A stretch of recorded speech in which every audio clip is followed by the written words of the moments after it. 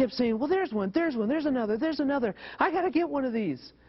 Isn't that interesting? I mean, think back to when you wanted that car. I mean, didn't you see those things everywhere? The key is this. Those Datsun 240Zs were always there.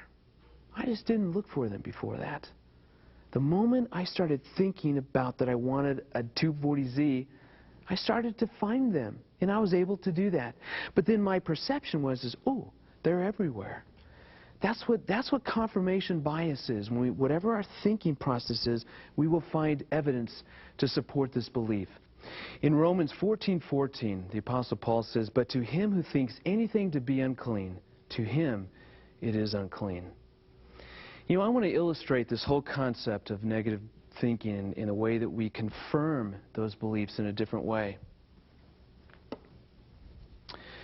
I think that throughout the day, when we are interacting with our mate, that we have this jar of perception. Okay, this jar. This is everything that he or she says or does goes into this jar. Watch this. Throughout the day, your mate's going to do things that are positive, and they're going to do things that are negative, okay? And we're going to we put these things inside our perception, and then at the end of the day, we kind of hold it up and decide, you know, what do we think about them? Are they positive or negative people? Well, here's the problem with confirmation bias. I believe if you are thinking through a negative lens, or you're thinking with a negative lens, that you will only focus on negative things, and they will go into the jar. You're going to see all those things, and at the end of the day, see, because you won't notice the positive things, even things that are kind of neutral, that aren't that, you know, really not negative or positive, can ignore them, or might even turn them into something that's a little bit more negative. And then at the end of the day, as you hold up your jar and think about them, well, what a cruddy person. I mean, can you imagine what it's like living with a person like this? Everybody around you hears the evidence. They say, yeah, gosh, how sad it must be. What a bad spot you're in. And I think it's all because of the way that we perceive our mate. Let me give you a story to illustrate how this happened in my own relationship with my wife, Erin. Early on in our relationship, we went through a lot of pain. You know, we never really learned how to fight the right way. That we kind of entered in marriage thinking, oh, it's going to be a cakewalk.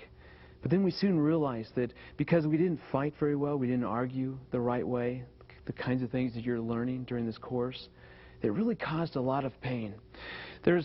Finally, I think what started happening is negative beliefs started to set in our relationship. One day, Erin was off at work, and I was around the home, and I was kind of bored, and I thought, you know, I want to change something up around here. You know, I want to do something a little different. So here's what I did. I decided that, you know, I need to change the master bedroom. So Erin, again, she's working the 3 to 12 shift as a nurse, and so she's not around. So I totally undid the master bedroom, totally changed everything going. Took shelves off the wall, I rearranged the bed, took tables, put them in a different spot, did the whole thing, and it looked great. I was so proud of myself. Erin comes home late that night. I'm already sound asleep in bed. Okay, we'd already been having some problems in our relationship, but she was trying to be so nice and sweet that she didn't want to wake me up, so she didn't turn on any lights in the house. You can imagine where this is going. You got to watch kind of how the flow of this happens, because it's really important. The moment she kind of charged into the room, again, I've rearranged everything, she smacks into a table that I've repositioned and just bangs her shin. It just launches her into the air. Okay, she's screaming as she's falling through the air and lands into a pair of old antique skis. Okay, well, the skis fall over, take out a shelf that I had put up that had all of her precious moments figurines on them, breaks all of them. And then the skis continue to crash and hit me in the head. Okay, so I'm dead asleep. So I'm woken up by the sound of glass crashing, skis hitting me, and my wife screaming. So I'm thinking someone is robbing us. I don't know what's going on. So it's either that, you know, you either fight or you flight. And I wasn't going to fight in a dark room, so I was going to flight out of there. Well, I forget I've rearranged the place. So I scream out of there and run smack into a wall, and I'm out cold on the ground.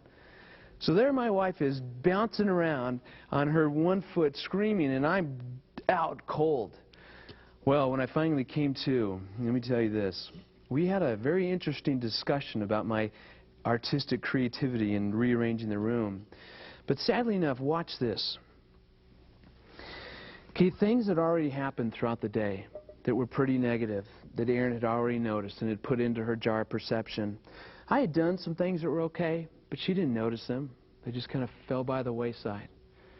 When this thing happened at night, that was a really big deal, and that just really confirmed what she truly believed about me all along, and that I was pretty irresponsible. I wasn't very considerate of her. Certainly that I was a jerk, to say the least, for breaking her precious moment figurines. So at the end of the day, this was how my wife saw me. And I think the same thing happens in relationships.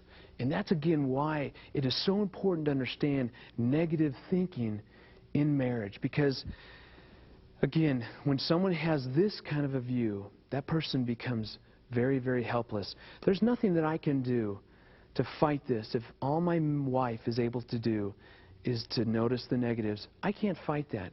There's nothing that I can do, and I become very helpless and hopeless. And as Dr. John Gottman talks about, when someone reaches that end to where they're helpless in a relationship to do anything about it, that's usually when divorce will set in. So you're asking, okay, Smalley, that sounds great. You know, I understand what negative beliefs are. I understand how they develop. I understand the confirmation that we do, the evidence to support our beliefs. What do we do about it? I believe that we can do 4 things in our relationship. I believe that 4 things can happen in a relationship that can turn it from there to more of a realistic idea of this, to where you see both the positives and the negatives. I think that there's 4 things that we can do that can take us from this kind of a lens back to this kind of a lens. So what do we do? I think the very first thing that has to happen in our relationship is a principle that my dad has really based his 25 years of research and ministry on, and that's the whole concept of honor. My dad believes that honor is the foremost important concept in a relationship. Honor simply means that when we honor someone, we see them as very, very valuable, that we see them as a priceless treasure. It's almost like this. Honor is really when we see our loved ones as this diamond. I mean, isn't that beautiful? I mean, that is value. That is a treasure. That is honor, the essence of honor, when we see our loved ones like this. I know that early on in my relationship with Erin, before we were married, that she was really feeling confused about how I felt about her. She didn't know if I treasured her. She didn't know if I valued her. She was very confused. And so I thought, you know, what is, I could tell I love her, but I mean, what does that really say? I mean, I really wanted to help her understand that this is how I saw her. I had heard a story, and it was a great story, so I thought, I'll tell her this story. So one time when Erin and I were out to dinner and we're talking, and she kind of brought up this, you know, I just don't know how you feel about me. Here's what I said. I said, you know what, Erin? I see you as a 10-cow woman. She looked at me like, what are you talking about? You know, what have you been smoking? What do you mean? What, do you think I'm fat? You know, I mean, I was losing it. And I said, no, wait. No. I see you as 10 cows. And she's like, well, explain that. Well, I said, here's what it means. So I got to tell you the story. Many years ago off one of the Hawaiian islands, there was a young man who lived there named Johnny. And Johnny fell in love with this woman named Sarita, and he wanted to marry Sarita. The custom of the time was that you presented the father-in-law, the father of the bride, with a certain number of cows. So 1 cow was, that was really for a pretty plain girl. 2 cows was, you're getting